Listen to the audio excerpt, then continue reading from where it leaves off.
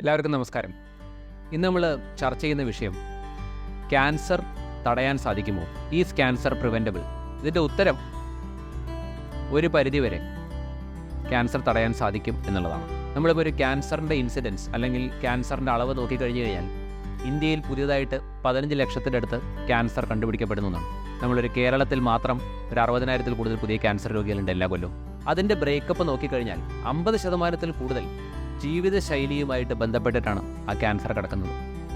അപ്പോൾ എന്താണ് നിങ്ങളുടെ കറക്റ്റായിട്ടുള്ള ജീവിതശൈലി, അല്ലെങ്കിൽ എങ്ങനെയാവണം ജീവിതശൈലി എന്നുള്ളതാണ് ഞാൻ നിങ്ങളോട് ചർച്ച ചെയ്യുന്നത്. നമ്മളൊരു ഭക്ഷണമാണ് ഏറ്റവും കോമൺ ആയിട്ട് നമ്മൾ ശ്രദ്ധിക്കേണ്ട ഒരു കാര്യം. ഭക്ഷണത്തിൽ ഇപ്പോൾ നമ്മൾ വാട്സാപ്പിൽ കാണുന്ന മാതിരി അത് കഴിച്ചാൽ ഇത് വരും, ഇത് കഴിച്ചാൽ അത് വരുന്നുള്ള, അല്ലെങ്കിൽ ഈ ഭക്ഷണം കഴിച്ചു കഴിഞ്ഞാൽ ക്യാൻസർ വരുന്നുള്ളതിനെക്കാട്ടിൽ കൂടുതൽ ഇതുവരെ കണ്ടുപിടിക്കപ്പെട്ടിട്ടുള്ളത് high fat low fibre intake ഡെഫിനറ്റായിട്ടൊരു ക്യാൻസർ ഉണ്ടാക്കാൻ സാധ്യതയുള്ളൊരു രീതിയാണ്. ഹൈ ഫാറ്റ് എന്ന് വെച്ച് കഴിഞ്ഞാൽ ഒരുപാട് റെഡ് മീറ്റ് കഴിക്കുക, അതിനനുസരിച്ചിട്ട് വെജിറ്റബിൾസും ഫ്രൂട്ട്സും അതൊന്നും കഴിക്കാതിരിക്കുക. റെഡ് മീറ്റ് എന്ന് വെച്ച് കഴിഞ്ഞാൽ ഇപ്പോൾ നിങ്ങൾ ഇടയ്ക്കൊരു ബീഫ് കഴിച്ചതുകൊണ്ടോ അല്ലെങ്കിൽ ഇടയ്ക്കൊരു മട്ടൺ കഴിച്ചുകൊണ്ടോ അല്ല, ഡെയിലി അതൊരു ഭക്ഷണത്തിൻ്റെ ഭാഗമായി മാറുക. അല്ലെങ്കിൽ നമ്മൾ കഴിക്കുന്നത് സാച്ചുറേറ്റഡ് ഫാറ്റ്സ് വളരെയധികം കൂടി വരിക, അതൊരു ക്യാൻസർ ഉണ്ടാക്കും. കുടലിൻ്റെ ക്യാൻസറാണ് ഏറ്റവും കൂടുതൽ പഠനങ്ങൾ കണ്ടിട്ടുള്ളത്. എന്നാലും ബാക്കിയുള്ള ക്യാൻസറുകൾ ഉണ്ടാക്കാനും അതിന് സാധ്യതയുണ്ട്. ഒരു കാരണവശാലും ഇത് ഒരു ഭക്ഷണം കഴിക്കുന്നത് തടയാൻ വേണ്ടിയിട്ടുള്ള വീഡിയോ അല്ല, എല്ലാം ഒരു ലിമിറ്റിലേ പാടുള്ളൂ. ഉദാഹരണത്തിനായിട്ട് രണ്ടാമത്തെ ഫുഡാണ് ബാർബിക്യൂഡ് ഫുഡ് ഓർ സോൾട്ടഡ് ഫുഡ്സ് എന്നൊക്കെ പറഞ്ഞിട്ടുള്ളത്. ബാർബിക്യൂ മറ്റേ ജപ്പാൻ മാതിരത്തിലുള്ള രാജ്യങ്ങളിലൊക്കെ വളരെ മുമ്പേ വന്നിട്ടുള്ളൊരു ഭക്ഷണ രീതിയാണ്.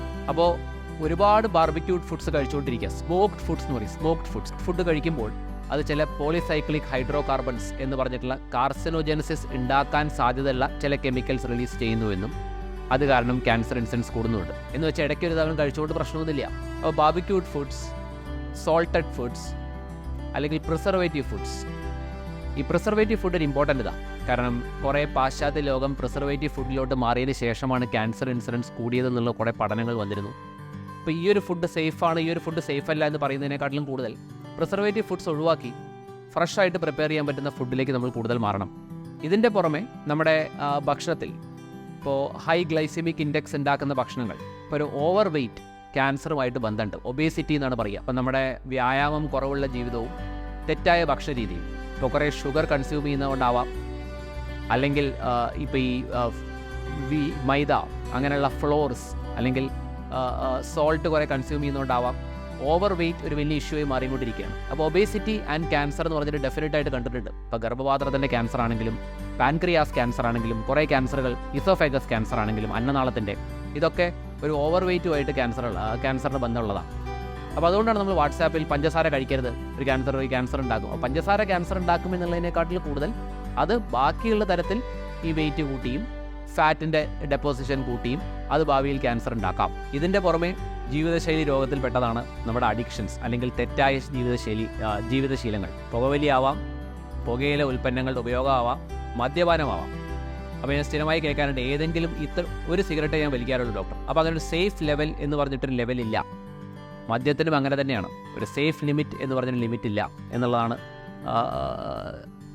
പഠനങ്ങളിലൊക്കെ തെളിച്ചിട്ടുള്ളത്. ഇതിൻ്റെ പുറമെ വ്യായാമം വളരെ ഇമ്പോർട്ടൻ്റ് ആയൊരു ഫാക്ടറാണ്.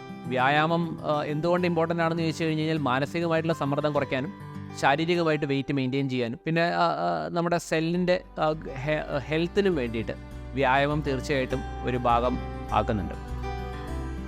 ഇതിൻ്റെ പുറമെ മാനസിക സമ്മർദ്ദം ക്യാൻസർ ഉണ്ടാക്കുമോ എന്ന് ചോദിച്ചു കഴിഞ്ഞാൽ അങ്ങനെ ഒരു പഠനങ്ങളൊന്നും വന്നിട്ടില്ല. എന്നിരുന്നാലും ഇതൊക്കെ ഒരു വിഷ്യസ് സൈക്കിളാണ്. മാനസിക സമ്മർദ്ദം ഉണ്ടാവുമ്പോൾ വ്യായാമം കുറയുന്നു, ഭക്ഷണം തെറ്റായി കഴിക്കുന്നു, കൂടുതൽ സമയം ഡിപ്രഷനിൽ ഒരു സ്ഥലത്തിരിക്കുന്നു. അപ്പോൾ ഇതൊക്കെ ഒരു വിഷ്യസ് സൈക്കിളാണ്. അപ്പോൾ നമ്മുടെ ജീവിതശൈലിയിൽ വ്യത്യാസപ്പെടുത്തിയാൽ തന്നെ, നമ്മുടെ തെറ്റായ ഈ ജീവിതശീലങ്ങൾ നമ്മൾ മാറ്റിയാൽ തന്നെ ഒരു പരിധിവരെ ക്യാൻസർ പ്രിവെൻറ്റ് ചെയ്യാൻ പറ്റും. ആ പരിധി എന്താണെന്ന് ചോദിച്ചു കഴിഞ്ഞാൽ 50% കൂടുതൽ ക്യാൻസർ പ്രിവെൻറ്റ് ചെയ്യാൻ പറ്റുമെന്നാണ് കണ്ടുപിടിക്കപ്പെട്ടിട്ടുള്ളത്. Thank you.